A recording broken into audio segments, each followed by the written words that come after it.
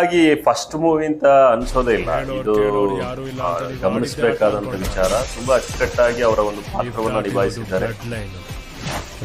ಜೊತೆಗೆ ಏನಂತಂದ್ರೆ ಈ ಒಂದು ಮೂವಿಯಲ್ಲಿ ಸಾಕಷ್ಟು ಅಂಶಗಳು ಒಳಗೊಂಡಿದೆ. ತಿಳ್ಕೊಳ್ಬೇಕಾದಂತ ಅಂಶಗಳು ಯಾವ್ದು ಅಂದ್ರೆ, ಅವಕಾಶಗಳು ಸಿಕ್ಕಾಗ ಯಾವುದೇ ಕಾರಣಕ್ಕೂ ಅವಕಾಶದಿಂದ ವಂಚಿತರಾಗಬಾರ್ದು ಅಂತ ಹೇಳಿ ಈ ಒಂದು ಸ್ಟೋರಿಯ ಮಾರಲ್ಸ್ ಕೂಡ ಆಗಿದೆ.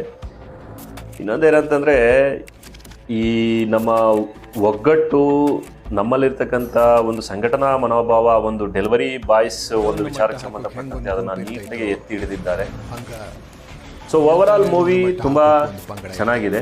ಮೂವಿ ಬಗ್ಗೆ ನೆಗೆಟಿವ್ ಬ್ಯಾಡ್ ಕಾಮೆಂಟ್ಸ್ಗಳು ಮತ್ತೆ ಬ್ಯಾಡ್ ಒಂದು ಇಂಪ್ರೆಷನ್ಸ್ನ ಕ್ರಿಯೇಟ್ ಮಾಡ್ತಾ ಇದ್ದಾರೆ. ಖಂಡಿತ ಒಂದು ಕೆಲಸವನ್ನು ಮಾಡೋದಕ್ಕೆ ಹೋಗಬೇಡಿ. ಸಬ್ಜೆಕ್ಟೆಡ್ ಓರಿಯೆಂಟೆಡ್ ಮೂವಿ ಆಗಿದೆ.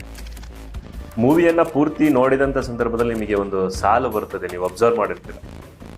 ಜೀವನವೇ ಒಂದು ಹೋರಾಟ, ಈ ಹೋರಾಟ ನಿರಂತರ.